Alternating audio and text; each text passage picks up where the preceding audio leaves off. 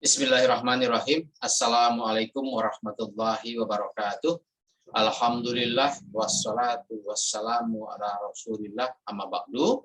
Saudara semua dimanapun Anda berada, alhamdulillah kita berjumpa lagi di channel Saung PRW dalam sesi ngaji bareng PRW. Hadirin sekalian, pada sesi sebelumnya kita sudah membahas mengkaji surat Al-Baqarah sampai ayat 121. Pada kesempatan ini akan kita bahas, akan kita kaji surat Al-Baqarah ayat 122 sampai 129. Hadirin sekalian, selamat mengikuti, dan untuk sesi kali ini tema yang akan kita ambil ya, atau yang akan kita bahas yaitu berkaitan dengan kisah Nabi Ibrahim ya. Pada surat Al-Baqarah ayat 122 sampai 129 kali ini temanya adalah Ibrahim membangun mushola. Hadirin sekalian, seperti biasa kita baca dulu ayatnya, Anda bisa mengikuti atau menyimak ya. Kita mulai. Bismillahirrahmanirrahim. Ya Bani Israil azkuru ni'mati allati an'amtu alaikum wa anni faddaltukum alal alamin wattaqu yauman la tajzi nafsun an nafsin syai'a wa la yuqbalu minha adlun wa la tanfa'uha syafa'atun wa la hum yunsarun wa izibtala Ibrahima rabbuhu bikalimatin fa'atammahun qala inni ja'iluka linnasi imama qala wa min zurriyati qala la yanalu ahdiz zalimin wa izja'alna al-baita masabatan lin-nasi wa amna wattakhizu min maqami Ibrahima musalla wa ahidna ila Ibrahima wa Ismaila an tahhira baitiya lit-ta'ifina wal akifina war ruka'is sujud wa iz qala Ibrahimu rabbij'al hadza baladan amina warzuq ahlahu minas samarati man amana minhum billahi wal yaumil akhir qala wa man kafara fa umatihi qalilan summa atarruhu ila azabin nar wa bi'sal masir wa iz yarfa'u Ibrahimul qawaida minal baiti wa Ismail rabbana taqabbal minna innaka antas samiul alim rabbana waj'alna muslimaini laka wa min dzurriyyatina ummatan muslimatan laka wa arina manasikana wa tub alaina innaka antat tawwabur rahim rabbana wab'ats fihim rasulan minhum yaslu alaihim ayatika wa yu'allimuhumul kitaba wal hikmata wa yuzakkihim innaka antal azizul hakim. Shadaqallahul azim. Hadirin sekalian, kita mulai pembahasannya yaitu pada surat Al-Baqarah 122 ya. Pada ayat awal ini diawali dengan ya Bani Israil. Di sini ya adalah huruf nida ya. Bani Israil adalah munada. Jadi ya-nya memanggil, huruf panggilan ya, yang dipanggil adalah Bani Israil. Hadirin sekalian, ketika Al-Quran ini bercerita, ya, Al-Quran ini bercerita karena ini Al-Quran diturunkan kepada Nabi Muhammad, maka Allah sedang bercerita tentang Nabi Ibrahim dan tentang Bani Israil kepada Nabi Muhammad, yang tentunya ini menjadi pelajaran bagi Nabi Muhammad, dan tentunya setelah Al-Quran ini diturunkan secara turun-temurun kepada kita semua, maka ketika kita yang berposisi sebagai pembaca Al-Quran ini, sebagai pelajar dari Al-Quran ini, maka kita juga sedang diceritakan kisah Bani Israil, kisah Nabi Ibrahim, dan seterusnya kepada kita, dan tentu ini akan menjadi pelajaran bagi kita semua. Hadirin sekalian, ketika Allah memanggil ya Bani Israil, apakah hanya Bani Israil saja yang dipanggil? Nah, tentu ini juga menjadi pantulan buat kita ya. Ketika Allah menceritakan kisah Bani Israil, maka kepada kita juga agar mengambil pelajaran dari peristiwa itu ya. Jadi ya Bani Israil, hai Bani Israil, perintahnya adalah uzkuru nikmatiyallati an'amtu alaikum. Hadirin sekalian, pada sesi kali ini saya tidak perlu membahas lebih detail lagi seperti sesi-sesi sebelumnya, karena nanti banyak perulangan ya, sehingga mungkin yang sudah kita bahas sebelumnya ya saya tidak mau ulang lagi pada sesi kali ini. Ya. Perintah Allah kepada Bani Israil yang tentunya juga perintah Allah kepada kita semua. Uzkuru nikmati ya.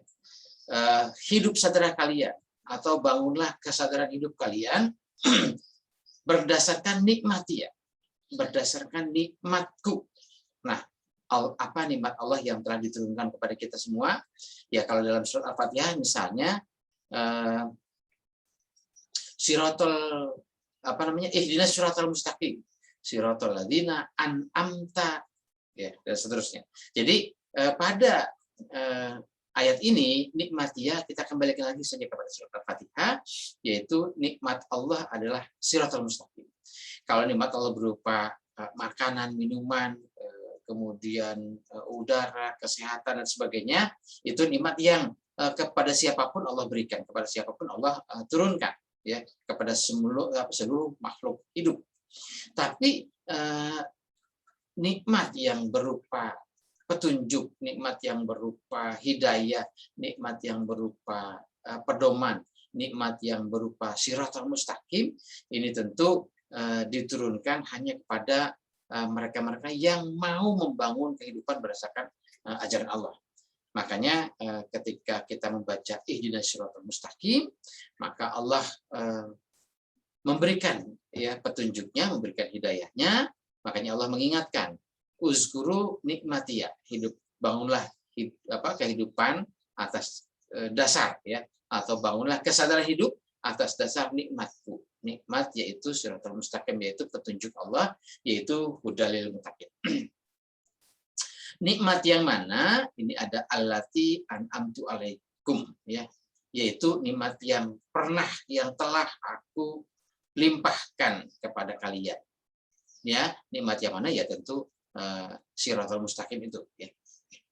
Kemudian wa anni faddaltukum alal alamin, dan dengan hidup sadar berdasarkan nikmat Allah yang telah Allah turunkan kepada kita semua itu, maka bagi siapa saja yang menempuh perjalanan hidup sesuai dengan siratal mustaqim, maka anni faddaltukum alal alamin, Allah akan meninggikan derajat siapa saja yang menempuh, yang mengikuti siratal mustaqim itu, dia akan mendapatkan derajat, akan mendapatkan keutamaan alal alamin di semesta kehidupan ini ya. Kemudian peringatan berikutnya, wattaqu yauman ya. Kalau ittaqu itu diartikan takut ya, takutlah kepada yaum, kepada satu hari ya, pada satu peristiwa, pada satu peredaran sejarah, pada satu masa ya. Nah, tentu ittaqu di sini adalah hidup patuh ya. Hidup takutlah kalian, hidup patuhlah kalian kepada Allah tentunya, untuk menghadapi satu yaum, satu masa di mana la tajzi nafsun an nafsin syai'a. Nafsun yang satu dengan nafsun yang lain tidak bisa saling menopang, saling membantu ya. La tajzi nafsun an nafsin syai'a. Manusia yang satu dengan manusia yang lain, atau orang yang satu dengan orang yang lain tidak bisa saling berkomplot, tidak bisa saling mendukung ya, tidak bisa saling membantu dalam hal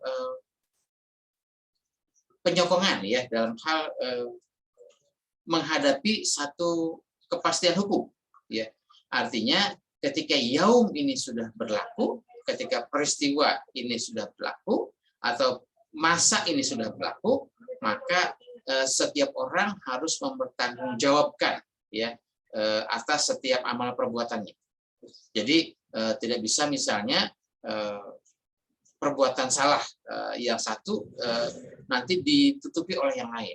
Tapi di sini setiap individu, setiap orang harus mempertanggungjawabkan setiap amal perbuatan yang telah dilakukan, baik itu perbuatan baik maupun perbuatan tidak baik.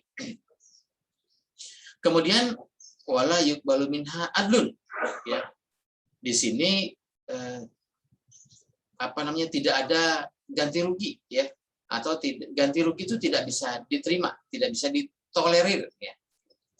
Kemudian wala tanpa waha syafaatun, ya. Di sini tidak ada syafaat, ya, tidak ada pertolongan, ya. Tidak dapat permohonan pengampunan, ya, tidak dikabulkan, ya. Walahum yunsorun, ya. Nah, hadirin sekalian, yauman ini yauman yang seperti apa, ya. Nah, ketika kita diperintah untuk membangun kehidupan sadar, ya, membangun kesadaran hidup berdasarkan ajaran Allah, maka ketika sudah sampai masing-masing kita untuk istiqomah membangun kehidupan berdasarkan ajaran Allah, maka satu saat maka tercapailah kehidupan atau peristiwa atau masa di mana yauman ini, di mana adalah kalau mungkin selama ini dipersepsikan, ya, yauman itu sebagai peristiwa hari kiamat, di mana hari kehancuran alam semesta, kemudian nanti manusia dikumpulkan untuk mempertanggungjawabkan amal perbuatannya. Nah, itu mungkin selama ini asosiasi kita, konotasi kita berpikirnya selalu nanti, ya. Padahal yauman yang dimaksud dalam ayat ini juga bisa berlaku sekarang, ya, bisa berlaku sekarang dan juga bisa berlaku nanti. Nah, ketika sudah tegaknya hukum Allah ini, sudah tegaknya ad-din ini, ya, pada peristiwa yauman itu, maka ketika ad-din itu tegak, maka ketika hukum-hukum Allah ini ditegakkan, maka orang harus mempertanggungjawabkan setiap amal perbuatannya, ya, yang baik dibalas baik, yang tidak baik dibalas tidak baik, ya, gitu, ya. Nah, yang satu dengan yang lain tidak bisa saling berkomplot, tidak bisa saling misalnya karena mungkin kekuasaannya, karena mungkin hartanya dan sebagainya, orang bisa membeli hukum, ya. Jadi mungkin familinya, kerabatnya berbuat salah, kemudian ada pihak lain yang memang berkuasa, pihak lain yang mungkin dengan kelimpahan hartanya bisa membeli hukum untuk membebaskan, untuk menolong saudara, ya, ketika hukum itu sudah ditegakkan tidak berlaku, ya. Jadi baik jabatan, pangkat dan kedudukan, kemudian harta benda dan sebagainya tidak bisa membeli hukum kalau hukumnya sudah ditegakkan dengan sebenar-benarnya. Siapapun yang berbuat dia harus bertanggung jawab. Kemudian tidak ada ganti rugi, ya. Artinya kalau seorang sudah berbuat salah, ya sudah, nggak bisa disogok lah, kan, gitu, ya. Hukumnya tidak bisa disogok, tidak bisa dibeli dengan apapun, ya harus ditegakkan. Kemudian tidak bisa juga pertolongan, ya, pertolongan dalam arti untuk merubah status hukum, ya. Ketika hukum sudah ditegakkan, maka siapapun harus menerima risiko sesuai dengan perbuatan masing-masing. Kemudian walahum yunsurun, ya. Bagi mereka-mereka yang melanggar ketentuan Allah, ya tidak ada penolong, ya, tidak ada pertolongan. Kemudian ayat berikutnya, wa iz ibtala Ibrahim rabbuhu bikalimatin fa'atammahun. Satu ketika Ibrahim itu diuji, ya. Ibrahim itu diuji dengan sebuah ujian, ya, dengan satu ujian. Siapa yang menguji? Yang menguji adalah Allah, yang menguji adalah rabbuhu, pembimbingnya, pembimbing penguasa alam semesta ini. Dengan apa ujiannya? Bikalimatin, dengan sebuah konsep, ya, dengan sebuah petunjuk, ya. Nah, kemudian Ibrahim itu fa'atamahun, dia menyelesaikan ujian itu dengan sempurna. Hadirin sekalian, kalau misalnya kita sekolah, ya, kita mengikuti pendidikan, maka setelah pelajaran diberikan, maka ujian juga diberikan. Nah, kalau misalnya kita lulus dengan ujian itu, maka pelajaran hidupnya adalah naik kelas, ya, mengikuti ujian menerima pelajaran-pelajaran yang lebih tinggi. Nanti setelah itu ada ujian lagi, ya. Begitu seterusnya sampai katakanlah kalau batas pendidikan formal ada batasnya, ya. Nah, Ibrahim ini, ya, mungkin kalau bahasa orang sekolah itu dia sudah menyelesaikan ujian ini dengan sempurna. Dia lulus dengan sempurna. Ya, mungkin bahasanya kumlot lah ya, kan begitu. Nah, hadirin sekalian, Ibrahim itu diberikan ujian. Ujian apa? Bukan sekedar ujian tulis ya, dalam arti setelah sekolah kemudian nanti dikasih soal-soal ya, kemudian nanti soal-soalnya dijawab, nanti kalau jawabannya benar ujiannya lulus. Nah, yang kita hadapi adalah ujian hidup ya, persoalan-persoalan hidup ya. Nah, setiap manusia akan mendapatkan ujian. Setiap manusia akan mendapatkan persoalan hidup. Mungkin ada persoalan hidup yang menyenangkan, mungkin yang enak, tapi banyak juga persoalan hidup yang tidak menyenangkan atau tidak mengenakan. Hadirin sekalian, baik yang menyenangkan maupun yang tidak menyenangkan, semuanya adalah ujian hidup, semuanya persoalan hidup yang mesti kita hadapi, yang mesti kita jalani. Nah, hadirin sekalian, ketika ujian-ujian yang mungkin sifatnya tidak menyenangkan, tidak mengenakan, biasanya manusia selalu ingat kepada Tuhannya, selalu ingin berbakti kepada Tuhannya, selalu ingin ia memanjatkan doa dan sebagainya, sadar dengan pesan-pesan atau perintah-perintah Allah. Tapi manakala ketika ujian-ujian hidup itu diberikan dalam bentuk ujian yang menyenangkan, ya kadang-kadang kita lupa, ya lupa dengan Allah, lupa dengan Tuhan. Jadi hadirin sekalian, ujian hidup yang atau soal-soal atau persoalan hidup yang kita alami, baik yang menyenangkan maupun yang tidak menyenangkan, semuanya adalah ujian. Maka ujian itu harus ditempuh, harus dilalui, harus diikuti agar kita lulus, agar kita mendapatkan predikat yang baik di sisi Allah.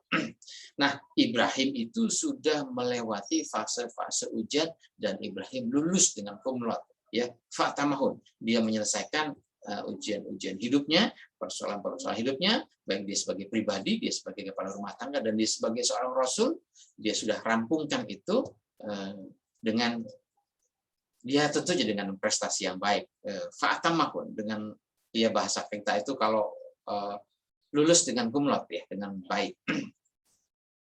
Kemudian Allah menegaskan kepada Ibrahim itu, karena Ibrahim itu sudah mengikuti ajaran Allah, sudah menempuh kebijakan-kebijakan sesuai dengan bimbingan Allah, maka Allah menegaskan, ini ja'iluka linnasi imama. Sungguhnya aku ya yang menjadikan Anda, ya, menjadikan Anda sebagai imaman linnasi. Kalau kita ingat kisah Nabi Adam, ini ja'ilun fil ardi khalifah. Adam itu disematkan, dinobatkan sebagai khalifah. Tapi bahasa lain untuk Nabi Ibrahim, ini ja'iluka linnasi imama. Nabi Ibrahim disematkan sebagai imaman. Ya, mungkin khalifah dengan imaman ini hampir sama lah ya. Cuman mungkin jangan mengartikannya imaman ini menjadi arti yang sempit. Kalau kita mengenal istilah imam itu hanya orang yang sholat saja ya. Ketika kita sholat berjamaah, ada imamnya, ada makmumnya. Nah, Ibrahim ini menjadi imaman. Imam baik ya dalam penataan pembinaan sholat ya, maupun imam dalam aspek kehidupan yang lainnya. Ya, dia menjadi leader, dia menjadi kepala, dia menjadi pimpinan, dia menjadi panutan, menjadi contoh dan seterusnya. Ya. Nah, hadirin sekalian, Ibrahim yang telah mengikuti ajaran Allah berdasarkan sunnah Ibrahimnya, ya, dia menjadi teladan, menjadi imam. Ya. Mungkin kalau pada ayat lain, laqad kana lakum fi Rasulillah uswatun hasanah. Ibrahim pada zamannya menjadi uswatun hasanah, dan tentu hingga sekarang juga menjadi uswatun hasanah bagi kita semua, ya.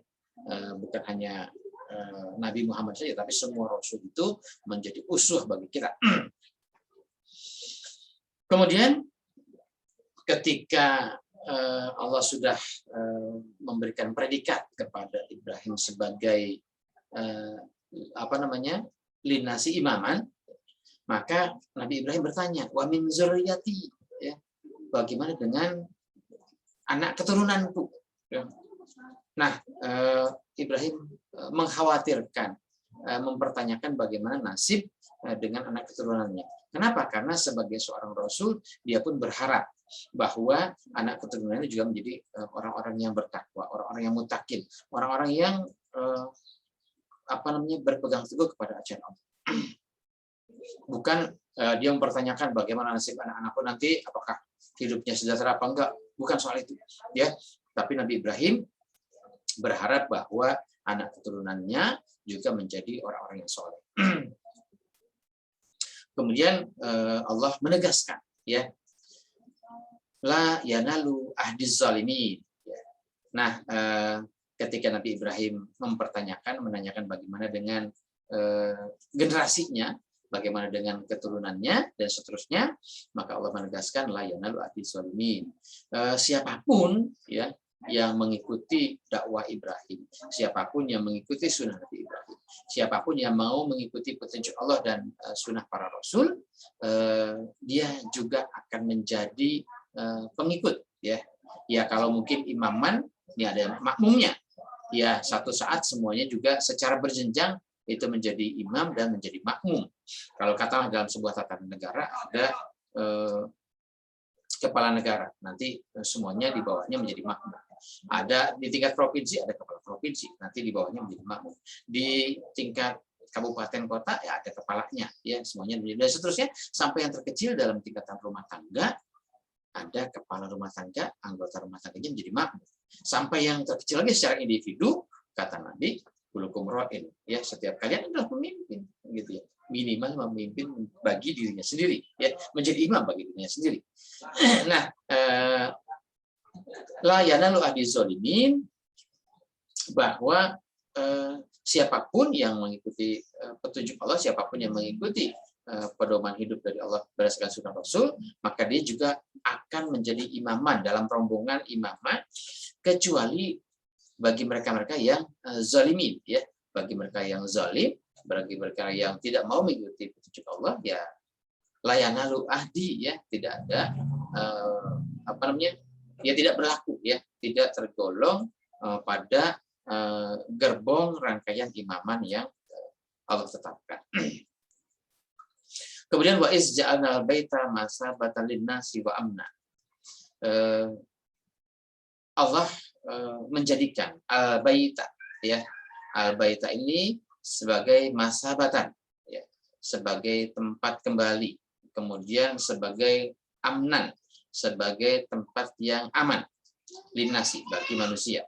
Nah, hadirin sekalian, al-baita ini kadang-kadang kita menyebutkannya karena ini kisahnya Nabi Ibrahim, kemudian al-baita ini maksud adalah Baitullah. Baitullah yang maksud adalah Masjidil Haram. Ya, karena apa? Karena ada Ka'bah di situ. Hadirin sekalian, kalau al-baita yang kita maksudkan tentu pengertiannya lebih luas, bukan sekedar satu tempat saja atau satu titik saja.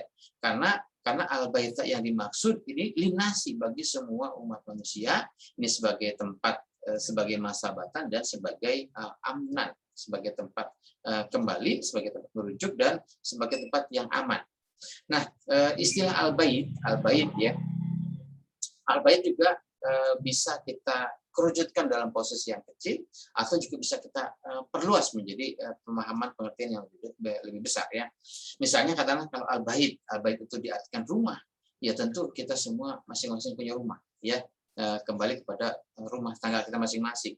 Rumah tangga itu ada, ya katakanlah ada tempat berteduh, ada tempat berlindung, ada tempat berkumpul anggota keluarga.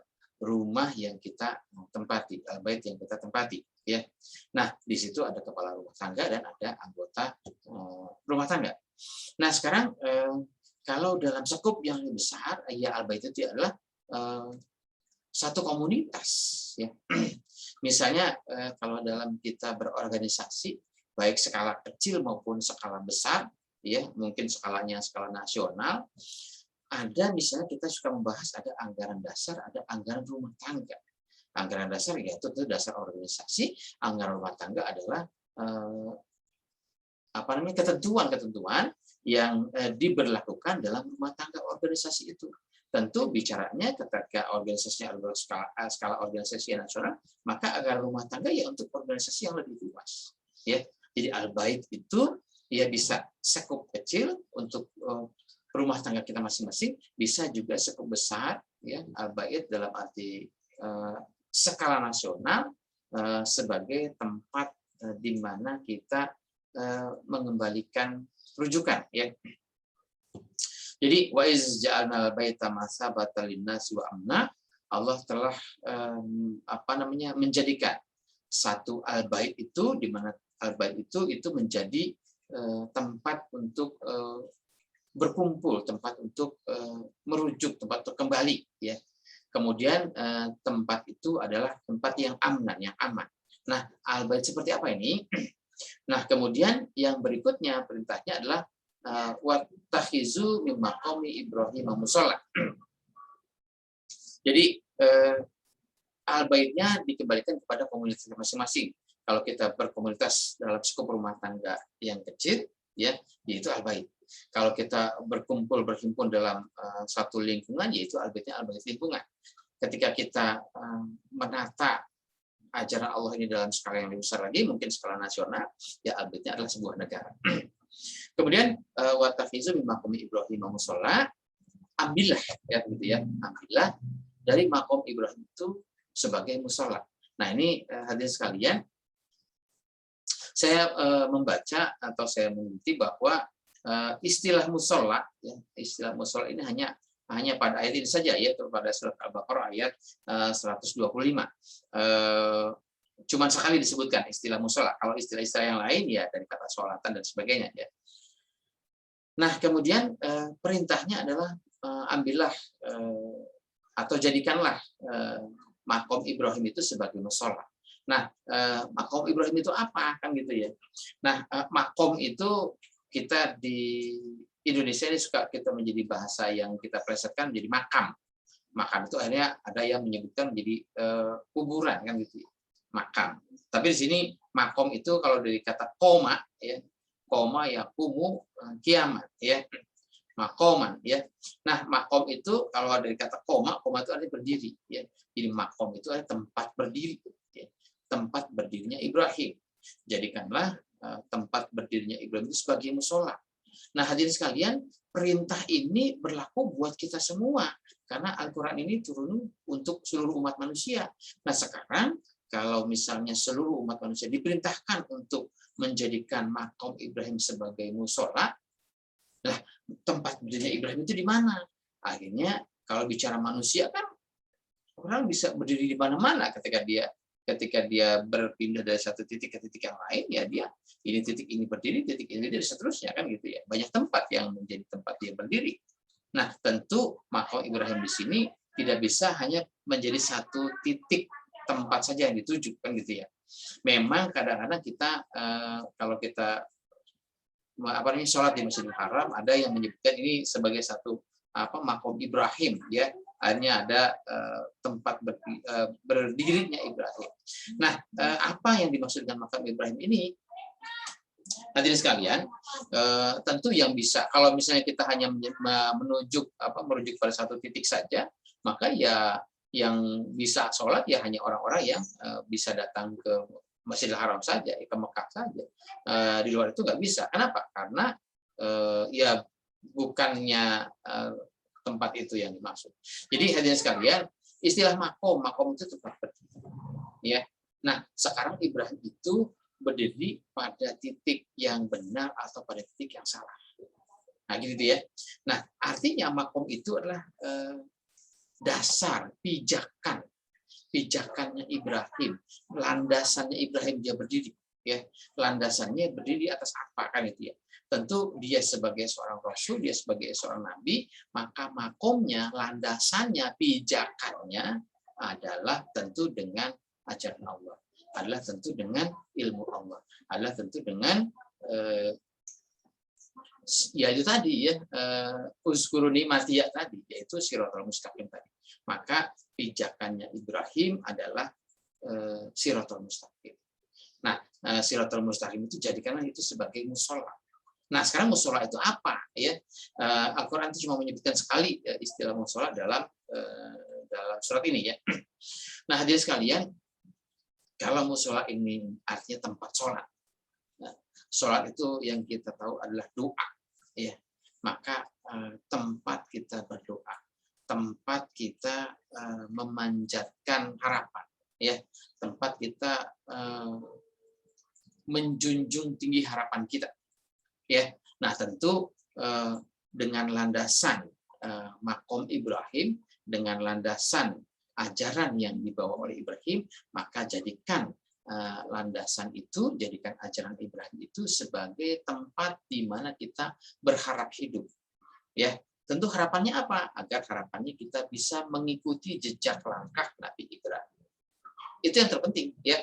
Bukan harapannya adalah pengen hidup kaya, bukan harapannya pengen hidup senang, bukan harapannya pengen hidup sukses sebagainya, tapi harapan yang terpenting bagi seorang mukmin adalah agar dia bisa mengikuti jejak langkah Nabi Ibrahim, agar dia dapat mengikuti ihdinas siratal mustaqim, ya, jalan yang lurus, jalan yang telah Allah berikan nikmat kepada hamba-hambanya. Kemudian wa ahidna ila Ibrahima wa Ismaila antahira baiti lit-taifina wal aqimna wa ruk'i sujud, ya. Nah, selanjutnya, ya, Allah telah membuat sebuah perjanjian. Allah telah menitahkan sebuah pesan perintah kepada Ibrahim dan Ismail, ya. Untuk apa perintahnya? Antahira baiti lit-taifin wal aqifin wa ruk'i sujud. Untuk mensucikan baitia. Baitia apa? Rumahku. Rumah yang mana? Rumah yang dibangun oleh Ibrahim dan Ismail.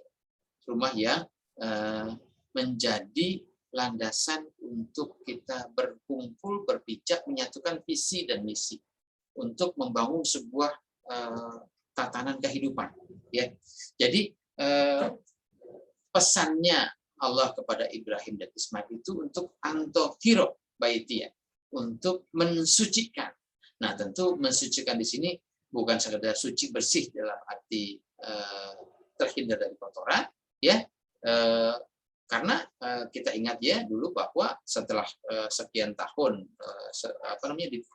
peninggalan Ibrahim, ya, kalau bicara Ka'bah gitu kan, itu ya katakanlah zaman Nabi Muhammad awal dakwah juga Ka'bah itu kan penuh dengan berhala kan gitu, ya. Nah, jadi antahiro baiti lit-taifin dan seterusnya untuk mensucikan, untuk menjaga kesucian, untuk menjaga kemurnian, ya. Apa yang disucikan yaitu baitia, yaitu tatanan organisasi, bangunan rumah tangga organisasi yang dimana di situ berkumpul lit-taifin, orang-orang yang tawaf, ya. Kemudian wal akifin, ya, orang-orang yang itikaf.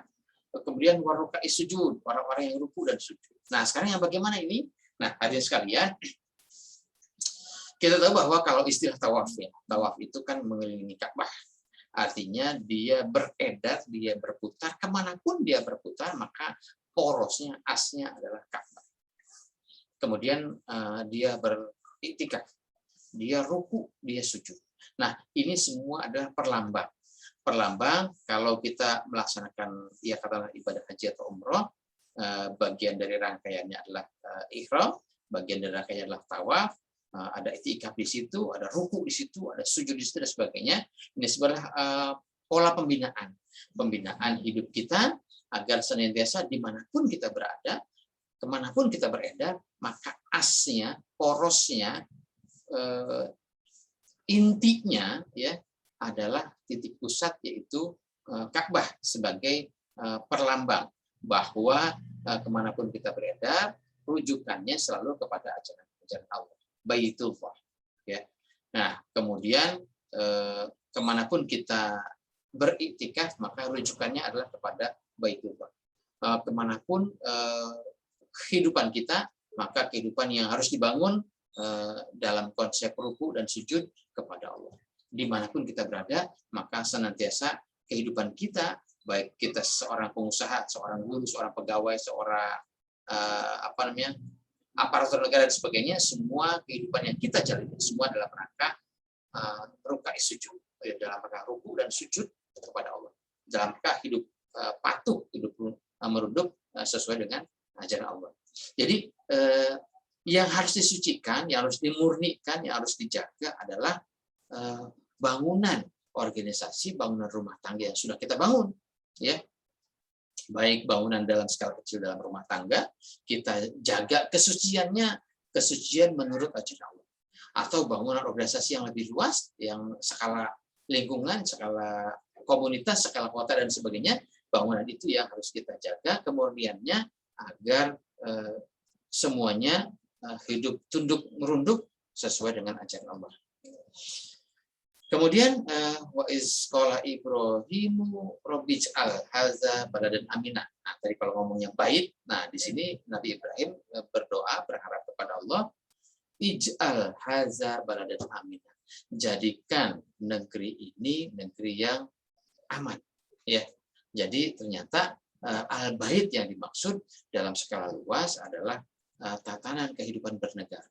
Ya, siapapun yang berkumpul di situ dalam satu komunitas berbangsa dan bernegara, kita berharap bahwa haza baladan amina, ya, kita berharap bahwa negeri yang kita tempati ini, negeri yang kita hidup bersama di dalamnya, ini menjadi negeri yang aman, ya.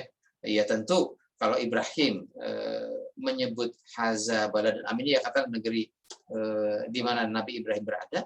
Tentu kita juga berharap bahwa ketika kita berdoa, ya sama doa kita adalah Robbi ij'al haza baladan amina. Robbi ij'al haza baladan amina, ya, jadikan negeri yang kami tempati ini sebagai negeri yang aman, di mana masyarakatnya hidup tunduk menunduk kepada ajaran Allah, di mana masyarakatnya hidup patuh membangun al-bait, mensucikan al-bait yang sudah kita sepakati bersama.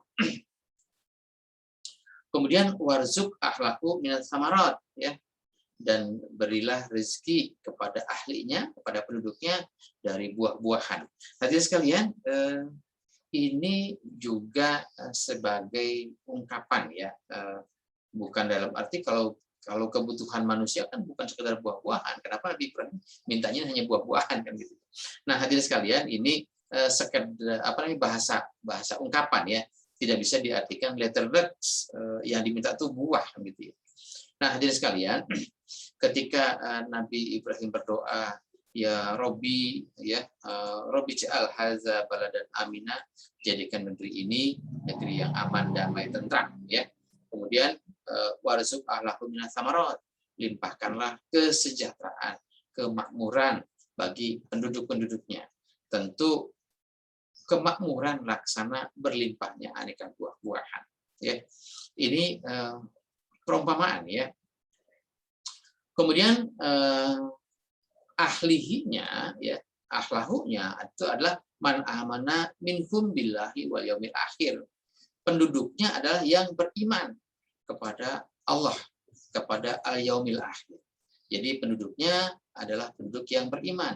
Jadi Nabi Ibrahim berdoa, limpahkanlah kepada ahlinya, ahli bait itu, ahli haza baladan itu yang mana? Yang man amana minhum billahi wal yaumil akhir. Penduduk yang beriman, ya. Kalau yang tidak beriman, ya lain lagi ceritanya. Nah, yang tidak beriman itu adalah kemudian kata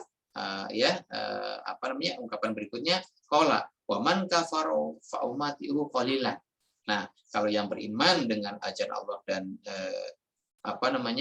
mengikuti sunnah Rasul, maka Nabi Ibrahim berdoa berharap mereka hidup dalam kondisi yang tentram, aman dan damai.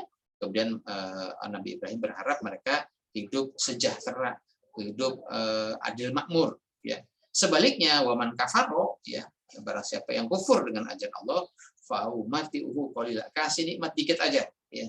Kasih nikmatnya sedikit saja. Ya, jadi kalau nikmatnya sedikit saja tentu adalah sum'atul azabinar. Yang banyak adalah kehidupan azab, kehidupan anar, ya. Tentu di mana kalau sebuah negara, kalau sebuah komunitas, kalau sebuah masyarakat, sebuah lingkungan, penduduknya kafaro kepada ajaran Allah, tentu kehidupannya adalah kehidupan yang ba'dukum lipadin atubud, kehidupan yang saling bermusuhan, kehidupan yang saling bertolak belakang, kehidupan yang saling bermusuhan, ya. Tentu kehidupan yang seperti itulah kehidupan yang laksana azabullah, kehidupan yang suasananya panas, ya, suasananya tidak aman, tidak tentram, tidak, ya, yang satu menindas kepada yang lain memberontak kepada yang penindas dan seterusnya. Tapi harapannya Ibrahim kepada yang man amana minhum billahi wal yaumil akhir, Nabi Ibrahim berharap agar Rabbi ja'al haza baladal aminah. Jadikan negeri ini di mana penduduknya beriman itu menjadi negeri yang aman, damai. Kemudian warzuq ahlahu minats samarot, ya, limpahkanlah kesejahteraan, kemakmuran. Laksana Allah melimpahkan aneka buah-buahan kepada sebuah bangsa. Tapi ingat ya, yang man kafaro, ya nikmatnya secuil saja, ya. Selebihnya yang banyak adalah azabillah. Kemudian wabi sal masir, ya, yaitu kehidupan aneka kehidupan jahat yang menjadi tujuan hidup mereka. Berikutnya wa izyarfa'u Ibrahimul qaida minal baiti wa Ismail, ya. Yarfa'u itu membesarkan atau mengangkat. Siapa yang mengangkat? Ibrahim, ya. Di sini Ibrahim itu barisnya domah, statusnya marfu. Kemudian di sini ada lagi maktuf, ya. Jadi wa Ismail, Ibrahim wa Ismail, Ismail barisnya domah, statusnya marfu, juga sama dia atof, ya, atof kepada Ibrahim. Jadi yarfa'u Ibrahim wa Ismail, ya. Al-Qawaid, Ibrahim dan Ismail itu mengangkat, meninggikan, membesarkan. Membesarkan apa? Al-Qawaid minal baiti. Nah, ini ada cerita, ya. Ada cerita dulu mungkin karena kondisi Ka'bah itu adanya di lembah, ya. Jadi kalau yang pernah datang ke Masjidil Haram, posisinya itu adanya di bawah, ya. Ka'bah itu ada di bawah. Kalau kita masuk itu nanti turun ke bawah baru bisa nyampe ke Ka'bah. Posisinya ada di lembah, selebihnya adalah bukit-bukit dataran tinggi, ya. Nah, ketika pernah dia kebanjiran, maka ceritanya Nabi Ibrahim ini meninggikan al-qawaid, meninggikan fondasi, karena al-qawaid itu diartikan fondasi. Jadi fondasinya ditinggiin biar apa? Biar nggak banjir, kan gitu, ya. Kayak mungkin teman-teman kita yang sebagian mungkin tinggal di tempat-tempat yang rendah, mungkin suka kebanjiran, akhirnya rumahnya fondasinya ditinggiin, kan gitu, ya. Biar kalau musim hujan dia nggak kebanjiran. Mungkin yang banjir hanya jalannya. Hadirin sekalian, kalau kita memahaminya seperti itu, jadi kayak Nabi Ibrahim sama Nabi Ismail ini kayak tukang bangunan, gitu, ya.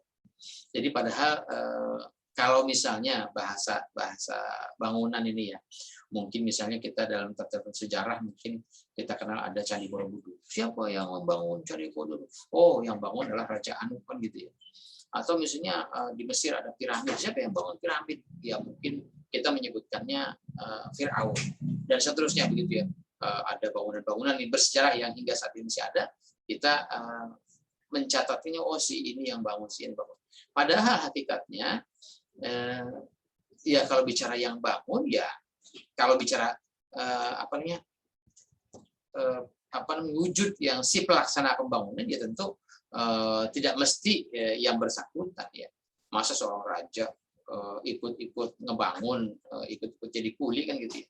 Tentu yang membangun, yang mendirikan ya tukang bangunan, ya.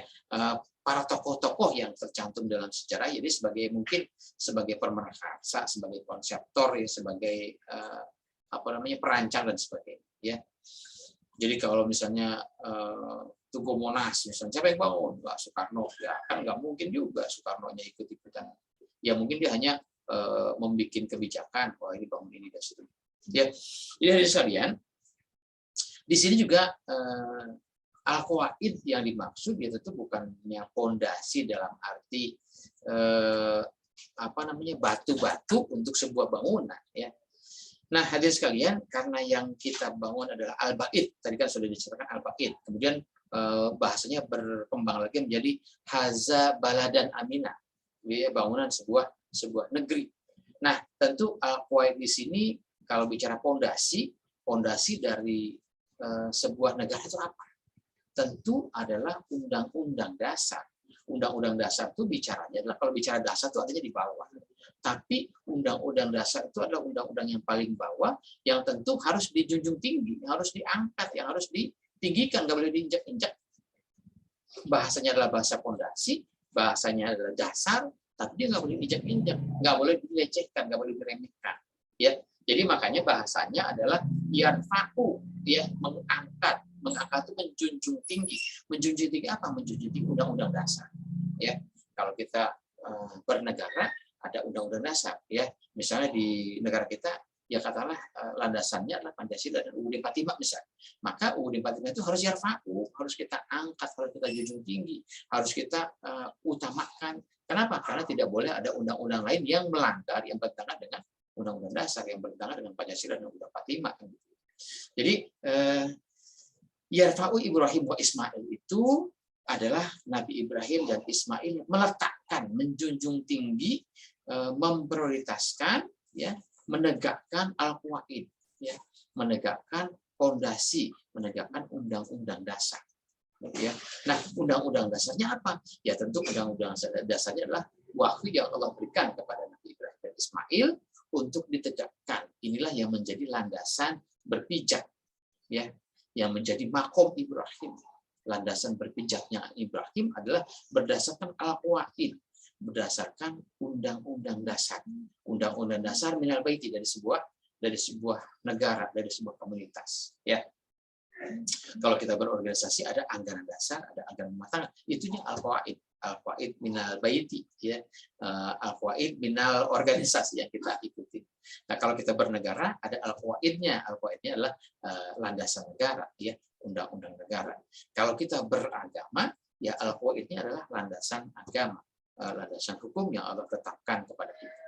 Ya, jadi Nabi Ibrahim dan Ismail itu yarfa'u al-qawaidah, ya, meninggikan, ya, meninggikan, bukan pondasi batunya ditinggikan, ya.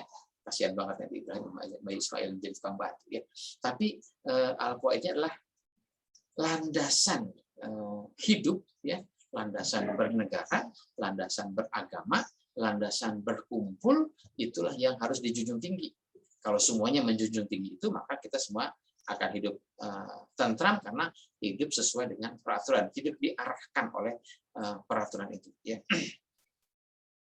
Kemudian Rabbana taqabbal minna, ya.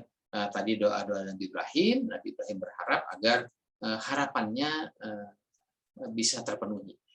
Kemudian innaka antas samiul alim, ya, karena Allah itu adalah as-samiul alim. Kemudian Rabbana waj'alna muslimaini laka. Ini doa Nabi Ibrahim yang berikutnya, jadikanlah kami ini semua sebagai muslimaini, ya, sebagai orang-orang yang hidup tunduk, ya, laka, ya, laka menurut perintahmu, menurut ajaranmu. Kemudian wa min zurriyatina, demikian juga anak keturunanku, generasiku, ya, generasi kami semuanya agar menjadi umatan muslimatan laka, ya, menjadi umat, menjadi komunitas, menjadi penduduk, menjadi pendukung yang muslimatan laka, yang semuanya hidup patuh, hidup merunduk kepada ajaranmu atau menurut kehendakmu, ya. Wa arina manasikana wa tub alaina. Tunjukkanlah kepada kami. Nah, ini sama dengan ihdinas siratal mustaqim, ya. Wa arina manasikana. Tunjukkanlah kepada kami, berikanlah bimbingan kepada kami, ya. Manasikana, bagaimana kami beribadah, ya. Ya tentu pedoman-pedoman dalam ritual ibadah itu yang nanti menjadi juga pedoman-pedoman untuk menata kehidupan di masyarakat. Wa tub alaina, ya. Watub alaina, dan kembalikanlah kami, ya, sadarkanlah kami kepada ajaran menurut ajaran. Innaka antat tawwabur rahim. Kemudian Rabbana wab'ats fihim rasulan minhum. Nah, ini ada lagi doa Nabi Ibrahim, Rabbana wab'ats fihim. Ya Allah, bangkitkanlah dari anak keturunanku itu rasulan, ya, sebagai rasul, sebagai penyambung risalah, ya, minhum, dari mereka itu, ya.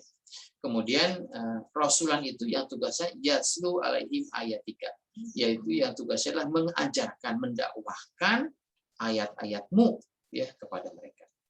Kemudian wa yu'allimuhumul kitabah, yaitu yang mengajarkan Alkitab, ya. Kemudian wal hikmah, yang mengajarkan al-hikmah kepada mereka. Wa yuzakkihim, dan yang mensucikan ajaran-ajaran Allah. Kemudian innaka antal azizul hakim. Jadi hadirin sekalian, kalau Nabi Ibrahim sudah menyampaikan harapannya, yang tentu harapan ini diajarkan kepada Nabi Muhammad. Allah mengajarkan kepada Nabi Muhammad untuk menyampaikan atau untuk berkomitmen seperti komitmennya Nabi Ibrahim. Dan tentu doa-doa Nabi Ibrahim yang diajarkan kepada Nabi Muhammad dan seterusnya diajarkan kepada kita semua, juga harapannya adalah agar kita juga bisa meneladani Nabi Ibrahim. Kita bisa meneladani Nabi Muhammad dan seterusnya, ya. Kalau Nabi Ibrahim dan Ismail sudah yarfa'ul qaidah, sudah menjunjung tinggi fondasinya, menjunjung tinggi prinsip-prinsip landasan hidupnya, landasan bernegaranya. Maka kita semua juga diharapkan sama, ya, menjunjung tinggi undang-undang dasar yang kita sepakati, yaitu tentunya kita bernegara ada undang-undang dasar dan ada Pancasila. Kemudian dalam kita beragama ada undang-undang dasar, yaitu Al-Quran dan Sunnah Rasul. Itulah yang harus kita junjung tinggi. Kalau Nabi Ibrahim berharap wab'athihim rasulan minkum yasu'aim ayatika wa yu'allimul kitab wal hikmah dan seterusnya, maka Nabi Muhammad juga berharap bahwa generasi-generasi dari penerus-penerus pelanjut dakwah Nabi Muhammad, dan kita juga berharap bahwa generasi-generasi kita nanti pelanjut-pelanjut juga ada yang menjadi rasulan. Tentu rasulannya bukan rasul dalam arti penerima wahyu, tapi melanjutkan, ya, menjadi penyampai risalah, pembawa risalah, melanjutkan risalah yang sudah sampai kepada kita, agar generasi-generasi kita juga nanti ada yang dibangkitkan, ada yang diangkat menjadi, atau ada yang mendapatkan kesempatan untuk menjadi penyampai dakwah, penyampai risalah, ya.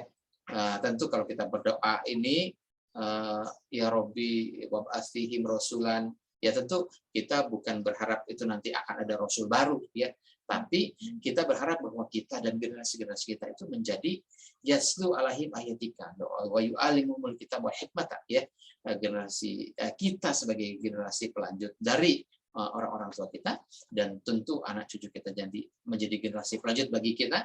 Kita berharap bahwa semua ini itu nanti menjadi yaslu alaihim ayatika, yang menjadi generasi pelanjut yang menyampaikan dakwah, menyampaikan risalah dari ajaran-ajaran Allah. Wa yu'allimuhumul kitab, yang mengajarkan Alkitab, yang mengajarkan Al-Qur'an, ya, yang mengajarkan dakwah Allah ini.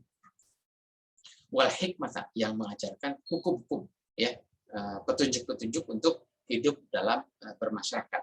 Kenapa? Karena al-hikmah itu yang nanti menjadi al-qawaidah, menjadi fondasi, menjadi landasan kita berpijak dalam rumah tangga skala kecil maupun dalam rumah tangga yang skala besar, ya, yang lebih luas lagi.